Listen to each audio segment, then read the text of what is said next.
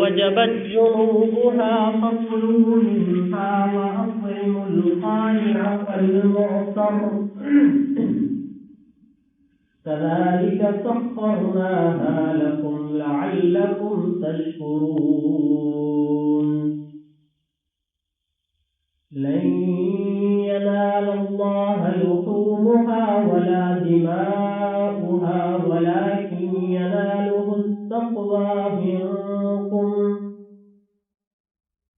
كذلك سخرها لكم لتكبروا الله على ما هداكم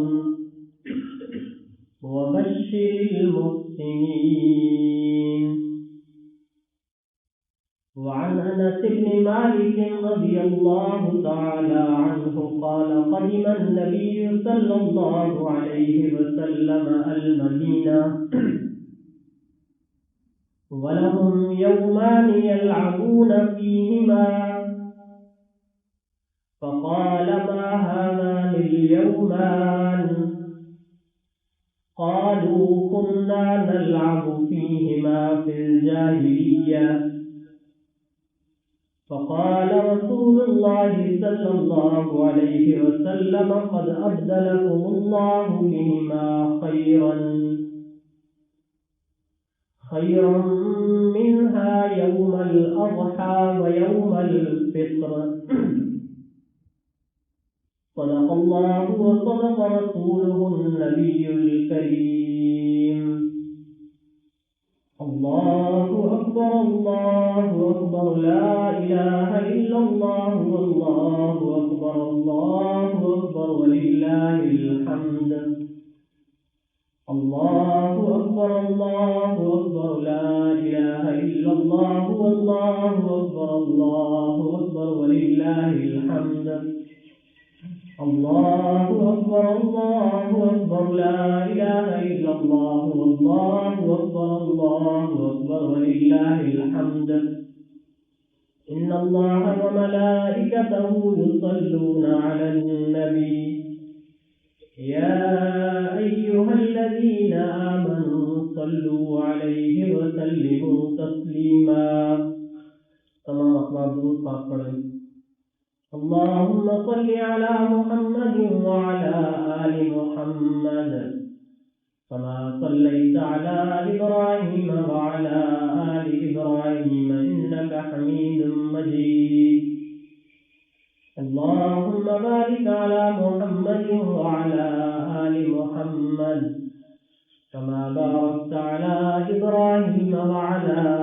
آل إبراهيم إنك حميد مجيد. میرے محترم دوستوں، اللہ رب العزت کا ہم پر بہت بڑا احسان ہوا کہ اللہ رب العزت نے ہمیں تمام مخلوقات سے تمیز دے کر دو پاؤں پر چلنے والا ایک خوبصورت انسان کر کے پیدا فرمایا. پھر اللہ رب العزت کا ہم پر یہ بھی احسان ہوا کہ اللہ رب العزت نے ہمیں نبی کریم صلی اللہ علیہ وسلم کی امت میں پیدا فرمایا. اس کے بعد اللہ رب العزت کا ہم پر یہ احسان ہوا کہ اللہ رب العزت نے ہمیں خوشی کے ایام عطا فرمائے. آج کا جو دن ہے 10 ذی الحجہ، یہ مسلمانوں کے اندر عید الاضحیٰ کے نام سے مشہور ہے. عید کس کو کہتے ہیں؟ عید کی ایک معنی ہے خوشی کا ہونا. چونکہ اس دن مسلمان خوشی مناتے ہیں، اس لیے اس دن کو عید کہا جاتا ہے. دوسری اس کی معنی یہ ہے کہ عاد یعود عودا عیدا، اس کی معنی ہوتی ہے لوٹ کر آنا.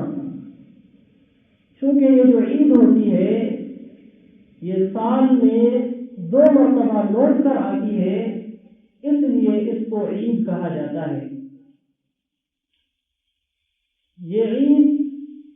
ہر قوم کے اندر منائی جاتی ہے. مسلمانوں کے اندر بھی منائی جاتی ہے، کفار کے اندر بھی منائی جاتی ہے. جب نبی کریم صلی اللہ علیہ وسلم مکہ المکرمہ سے مدینہ المنورہ تشریف لائے تو اس وقت جو مدینے کے رہنے والے لوگ تھے یعنی انصاری وہ 2 دن خوشی منایا کرتے تھے۔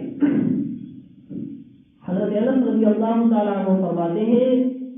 قال قدم النبی صلی اللہ علیہ وسلم المدینہ ولهم یومان یلعبون فیہما کہ جب حضور صلی اللہ علیہ وسلم مدینہ منورہ تشریف لائے تو مدینے کے رہنے والے جو لوگ تھے وہ 2 دن خوشی منایا کرتے تھے، اس میں کھیل کود کیا کرتے تھے۔ فقال ما هذان اليومان آپ صلی اللہ علیہ وسلم نے پوچھا کہ یہ کون سے 2 دن ہیں جن میں تم خوشی مناتے ہو؟ تو انہوں نے جواب دیا قالوا كنا نلعب فيهما في الجاهلیہ کہ اللہ کے حبیب زمانہ جاہلیت میں ہم ان 2 دنوں کے اندر خوشی مناتے تھے، اس کو عید کے طور پر مناتے تھے، اس لیے اسلام لانے کے بعد بھی ہم ان دنوں میں خوشی مناتے ہیں۔ ایک روایت کے مطابق یہ آتا ہے کہ انہوں نے جواب دیا کہ ان دنوں کے اندر حضرت موسیٰ علیہ السلام کو اللہ رب العزت نے سمندر پار لگایا تھا اور فرعون کو غرق کیا تھا، تو یہ اس دن کی خوشی کے لیے اس دن کی وجہ سے ہم اس دن میں خوشی مناتے ہیں۔ تو آپ صلی اللہ علیہ وسلم نے فرمایا فقال رسول اللہ قد ابدلکم اللہ بہما خیرا منها کہ اللہ رب العزت نے ان 2 دنوں کے بدلے میں تمہیں 2 اور مزید دن عطا فرمائے ہیں، ان میں تم خوشی مناؤ۔ وہ کون سے دن ہیں؟ یعنی یوم الاضحیٰ و یوم الفطر، وہ 2 دن، ایک عید الاضحیٰ کا دن اور دوسرا عید الفطر کا دن۔ میں نے پہلے عرض کیا کہ دوسری قوموں کے اندر جو عید منائی جاتی ہے وہ کسی نہ کسی سبب کی وجہ سے منائی جاتی ہے۔ فرض کرے ان کے ہاں کوئی ایسا آدمی پیدا ہوا جو بعد میں وہ آدمی بڑا نامور بنا، تو اس آدمی کے پیدائش کے دن پر وہ خوشی مناتے ہیں۔ جیسے عیسائی حضرت عیسیٰ علیہ السلام کے پیدائش کے دن پر خوشی مناتے ہیں جسے کرسمس ڈے کہا جاتا ہے، اسی طرح یہودی بھی خوشی مناتے ہیں جب اللہ رب العزت نے حضرت موسیٰ علیہ السلام کو سمندر پار کروایا اور فرعون کو غرق کروایا۔ یا کچھ قومیں ایسی ہوتی ہیں جو کسی کی وفات پر خوشی مناتی ہیں جسے برسی کہا جاتا ہے، لیکن اللہ رب العزت نے مسلمانوں کی خوشی کو عبادت کے ساتھ جوڑا ہے، اس لیے کہ جب ہم غور کرتے ہیں عید الفطر میں تو عید الفطر سے پہلے ہم ایک عظیم الشان عبادت پر انجام دیتے ہیں جسے رمضان المبارک کے روزے اور تراویح کہا جاتا ہے، تو ان کی ادائیگی کے بعد ہم عید الفطر ادا کرتے ہیں۔ اسی طرح اگر ہم غور کریں عید الاضحیٰ کے اندر بھی مسلمان ایک بہت بڑا فریضہ پر انجام دیتے ہیں عبادت کا، وہ ہے حج کا فریضہ۔ تو حج کے فریضے کی ادائیگی کے بعد اللہ رب العزت نے ایک خوشی کا دن مقرر فرمایا، وہ ہے 10 ذی الحجہ۔ اور اس عید الاضحیٰ کے بعد ایک اور بہت بڑی عبادت ادا کی جاتی ہے، وہ ہے قربانی کی عبادت۔ تو مطلب بتانے کا یہ ہے کہ اللہ رب العزت نے مسلمانوں کی خوشی کو بھی عبادت کے ساتھ جوڑا ہے، گویا اشارہ ہے اس بات کی طرف کہ جس طرح تم نے غم کے اندر دیگر دنوں کے اندر اللہ رب العزت کو نہیں بھولے ہیں، اسی طرح خوشی کے دنوں میں بھی اللہ رب العزت کو بھولنا نہیں ہے۔ یعنی ایسے نہ ہو کہ تم کھیل کود کے اندر اپنا ٹائم جو ہے ضائع کر دو اور نمازیں ہی آپ سے چھوٹ جائیں، اس طرح نہیں ہونا چاہیے۔ بالکل آپ خوشی منائیں کیونکہ یہ ہے ہی خوشی کا دن، لیکن ایسا نہ ہو کہ آپ سے فرض رہ جائے۔ قربانی جو واجب ہے، واجب کی ادائیگی میں آپ سے فرض ہی چھوٹ جائے، ایسے نہ ہو۔ باقی قربانی کے کچھ مسائل تھے، وہ تو کل آپ کے سامنے مختصر طور پر عرض کیے گئے تھے۔ آج 1-2 حدیثیں قربانی کی فضیلت کے بارے میں پیش کی جائے گی کہ حضور علیہ السلام کو قربانی کتنی پسند تھی، حتیٰ کہ اللہ رب العزت نے حکم فرمایا انا اعطیناک الکوثر، اے پیغمبر صلی اللہ علیہ وسلم ہم نے تمہیں کوثر عطا فرمایا، ہم نے تمہیں خیر کثیر عنایت فرمایا، تو آپ کیا کریں، فصلی لربک، اپنے رب کی نماز پڑھیں، وانحر، اور قربانی کریں۔ جب حضور علیہ السلام کو قربانی کا حکم ہوا تو حدیث مبارکہ سے یہ بات ثابت ہے کہ آپ صلی اللہ علیہ وسلم جب مدینہ المنورہ آئے تو 10 سال کے عرصے میں کسی بھی سال آپ سے قربانی رہ نہیں گئی، آپ نے ہر سال قربانی کی ہے۔ حتیٰ کہ حضرت انس بن مالک رضی اللہ تعالیٰ عنہ فرماتے ہیں کہ ایک سال تو آپ صلی اللہ علیہ وسلم نے جو بہترین قسم کے دمبے ذبح کیے، اور وہ جو دمبے تھے ان پر بہترین قسم کے سینگ تھے، خوبصورت قسم کے سینگ تھے، یعنی سینگوں والے دمبے حضور صلی اللہ علیہ وسلم نے قربانی کے عید پر ذبح فرمائے۔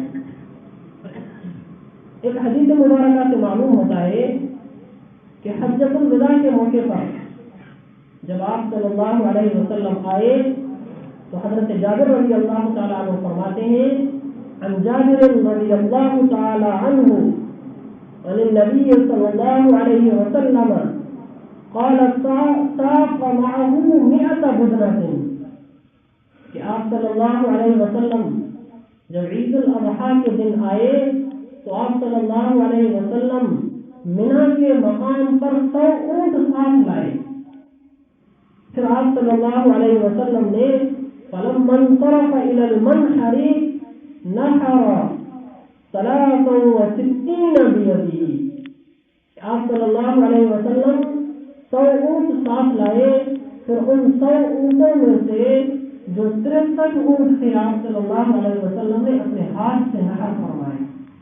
63 اونٹوں کی قربانی حضور صلی اللہ علیہ وسلم نے اپنے ہاتھ سے ادا فرمائی۔ ثم اعطى عليا فنحر ما غبر منها، باقی جو 37 اونٹ بچ گئے تو آپ صلی اللہ علیہ وسلم نے باقی 37 اونٹ حضرت علی رضی اللہ تعالیٰ عنہ کے حوالے کیے اور ان کی قربانی حضرت علی رضی اللہ تعالیٰ عنہ نے کی۔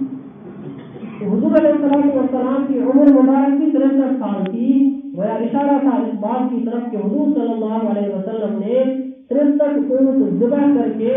اپنی پوری زندگی کے ہر سال کا فدیہ ادا کر دیا۔ اس لیے ہم بھی کوشش کریں جو بھی صاحب نصاب آدمی ہے وہ اس قربانی میں بڑھ چڑھ کر حصہ لے اور اس واجب کو ہر حال میں ادا کرے، اس لیے کہ اگر ہم اس واجب کو ادا نہیں کریں گے تو پھر ہم گناہگار شمار ہوں گے۔ ایک حدیث مبارکہ میں قربانی کی فضیلت کے متعلق نبی کریم صلی اللہ علیہ وسلم نے فرمایا کہ ان رسول اللہ صلی اللہ علیہ وسلم قال ما عمل آدمی من عمل یوم النحر احب الى اللہ من احراق الدم، کہ آپ صلی اللہ علیہ وسلم نے فرمایا کہ قربانی کے دن فرض کے بعد اللہ رب العزت کے نزدیک سب سے زیادہ اور سب سے زیادہ پسندیدہ عمل جو اللہ رب العزت کو ہے وہ قربانی کے جانور کا خون بہانا ہے۔ اس سے بڑھ کر اللہ رب العزت کو ان دنوں کے اندر اور کوئی بھی عمل محبوب نہیں ہے۔ وَإِنَّهَا لَتَأْتِي يَوْمَ الْقِيَامَةِ بِقُرُونِهَا وَأَشْعَارِهَا وَأَغْلَافِهَا، کہ آپ صلی اللہ علیہ وسلم نے فرمایا کہ تم تو یہ سمجھتے ہو کہ قربانی کا جانور ہم نے قربان کیا تو بس گوشت کھا لیا، اس طرح نہیں ہے، بلکہ حضور صلی اللہ علیہ وسلم نے فرمایا کہ قربانی کا جانور اپنے کھروں سمیت اپنے بالوں سمیت یہ اللہ رب العزت کی بارگاہ میں پیش کیا جاتا ہے۔ وَإِنَّ الدَّمَ لَيَقَعُ مِنَ اللَّهِ بِمَكَانٍ قَبْلَ أَن يَقَعَ مِنَ الْأَرْضِ، کہ قربانی کے جانور کا خون ابھی زمین پر گرتا ہی نہیں ہے تو اللہ رب العزت اس قربانی کو قبول فرما لیتے ہیں۔ وَطِيبُوا بِهَا نَفْسَهَا، لہذا تم اس قربانی کے عمل میں اللہ رب العزت کی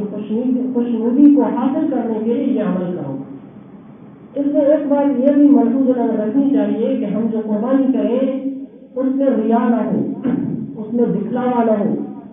اس لیے کہ ریا کی وجہ سے جتنا بھی بڑا عمل ہو وہ ضائع ہو جاتا ہے۔ جب ہم قربانی کریں تو اس قربانی کے اندر خالص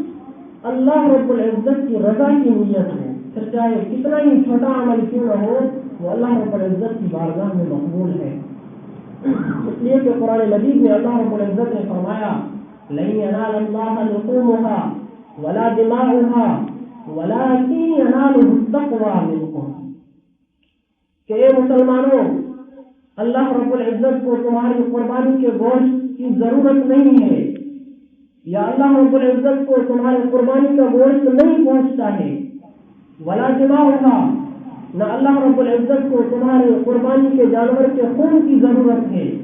اور نہ اللہ رب العزت کو تمہارے قربانی کے جانور کا خون پہنچتا ہے، ولیکن ینالہ التقوی منکم، لیکن اللہ رب العزت کو جو بات پہنچتی ہے وہ ہے تمہاری تقوی۔ اللہ رب العزت دیکھنا یہ چاہتے ہیں کہ تمہاری دلوں کے اندر تقوی کتنا ہے،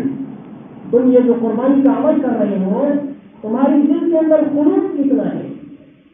یا خلوص کی ہے یا ریاکاری ہے کہ میں اتنا بڑا جانور لے کر آیا اس لیے کہ لوگ مجھے کہیں کہ واہ یار کیا یہ جانور لے کر آیا ہے، یہ نیت نہ ہو۔ ہم اتنے پیسے بھی خرچ کرتے ہیں اور اتنا ٹائم بھی لگاتے ہیں، اس جانور کو پالتے بھی ہیں، تو ہم اگر اپنی نیت کو صحیح کر لیں تو پھر ہمارا یہ عمل اللہ رب العزت کی بارگاہ میں قبول ہو جائے گا۔ ایک اور گزارش ہے کہ آج عید کا دن ہے اور بہت بڑا دن ہے، تو ہم اس دن کے اندر کافی ہم ایسے لوگ ہوتے ہیں جو اپنے رشتے داروں سے پتہ تعلقی کر کے بیٹھے ہوتے ہیں، حالانکہ یہ عمل اللہ رب العزت کو بڑا ناپسندیدہ ہے۔ حدیث مبارکہ میں آتا ہے اللہ رب العزت نے فرمایا کہ انا اللہ وانا الرحمن، میں اللہ ہوں، میں رحمان ہوں، اور رحم کو یعنی رشتے داری کو میں نے پیدا کیا ہے، اگر تم میں سے کوئی اس رشتے داری کو توڑ دے گا، قطع تعلقی کر دے گا، تو میں اللہ رب العزت بھی اس کے ساتھ قطع تعلقی کر دوں گا۔ تو ہم آج کے دن میں اپنے رشتے داروں سے اگر کوئی ناراض ہے تو ان کے گھر جائیں، ان کو منائیں، اگر وہاں جانا ممکن نہیں ہے ان پر فون پر ان سے رابطہ کریں اور ان کو عید مبارک دیں، اس لیے کہ یہ بہت بڑا عمل ہے۔ حضور علیہ السلام نے فرمایا صل من قطعک واعف عمن ظلمک، کہ مسلمان کی خوبی ہی یہ ہے کہ اس کو چاہیے کہ اس بندے سے صلہ رحمی سے پیش آئے جو اس کے ساتھ قطع تعلقی سے پیش آتا ہے، اور اس کو معاف کر دے جو اس پر ظلم کرتا ہے۔ حدیث مبارکہ میں آتا ہے کہ جب قیامت کا دن ہوگا تو ایک منادی اعلان فرمائے گا من کان اجرہ علی اللہ فلیقم ولیدخل الجنہ، کہ جس کے اجر کا ذمہ اللہ رب العزت نے اٹھا رکھا ہے وہ فوراً اٹھے اور بغیر حساب کتاب کے جنت میں داخل ہو جائے، تو کوئی بھی نہیں اٹھے گا۔ پھر دوبارہ اعلان ہوگا تو بیٹھے ہوئے لوگ جو ہوں گے وہ پوچھیں گے کہ کس کے اجر کا ذمہ اللہ رب العزت نے اٹھا رکھا ہے، تو اس وقت وہ فرشتہ جواب دے گا کہ والعافین عن الناس، جو لوگ اللہ رب العزت کی رضا کے لیے لوگوں کو معاف کر دیتے ہیں ان کے اجر و ثواب کا ذمہ اللہ رب العزت نے اٹھا رکھا ہے۔ تو اس وقت حدیث میں آتا ہے کہ اتنے ہزار لوگ بغیر حساب کتاب کے جنت میں جائیں گے، اور وہ کون ہوں گے؟ جو اللہ رب العزت کی رضا کے لیے لوگوں کو معاف کرتے ہیں۔ اس لیے ہم کوشش کریں کہ ہم بھی اپنے رشتے داروں کے ساتھ صلہ رحمی سے پیش آئیں اور ان کو معاف کریں، اور آج کے دن ان سے ملاقات کریں یا ان کو فون پر ان سے رابطہ کریں۔ اللہ رب العزت سے دعا ہے جو کہا